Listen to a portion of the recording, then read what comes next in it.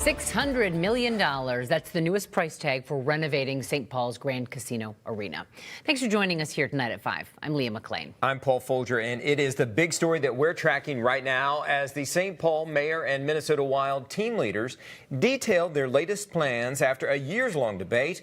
We have team coverage tracking your tax dollars as businesses and taxpayers react here at 5. So let's start with Eric Chaloux live in downtown St. Paul right now, showing us where the $600 million is coming from. Eric?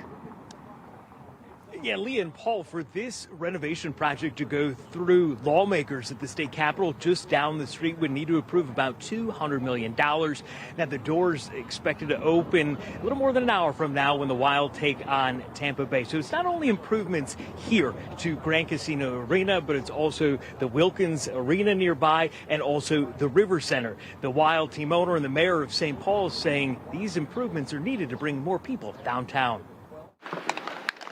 The Tampa Bay Lightning worked out Tuesday morning before their game against the Minnesota Wild at Grand Casino Arena that could look different when they play here again.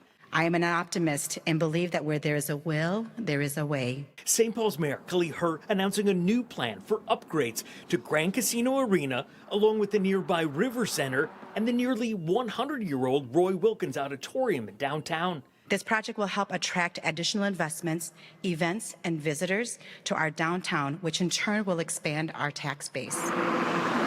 The mayor says property taxes won't go up to pay for it, but where will the funding come from? The city of St. Paul would finance the $162.5 million for Grand Casino Arena using an extension of the half-cent sales tax. The Wild say they'll match that for arena upgrades. Our fans, it's just not right. And they see the other facilities in town and how updated they have become, and they expect that we have that same kind of updates. Team owner Craig Leopold says one improvement fans could see are bathroom upgrades, which often have long lines during games. Other upgrades we're told would take place behind the scenes at the venue.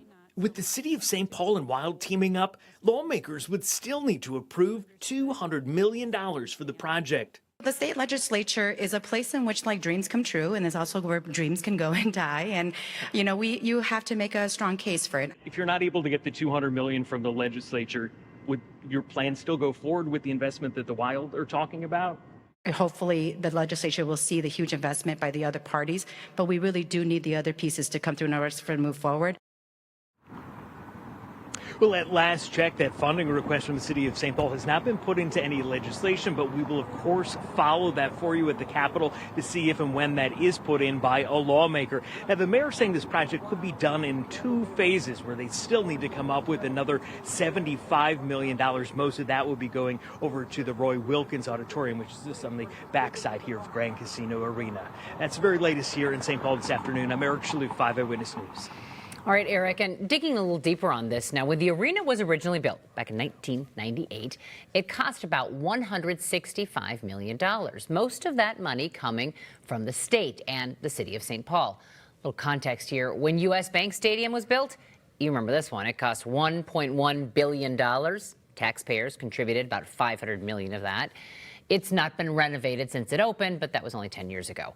Target Center was renovated in 2017, and that cost taxpayers $74 million, which was a little more than half the total price tag.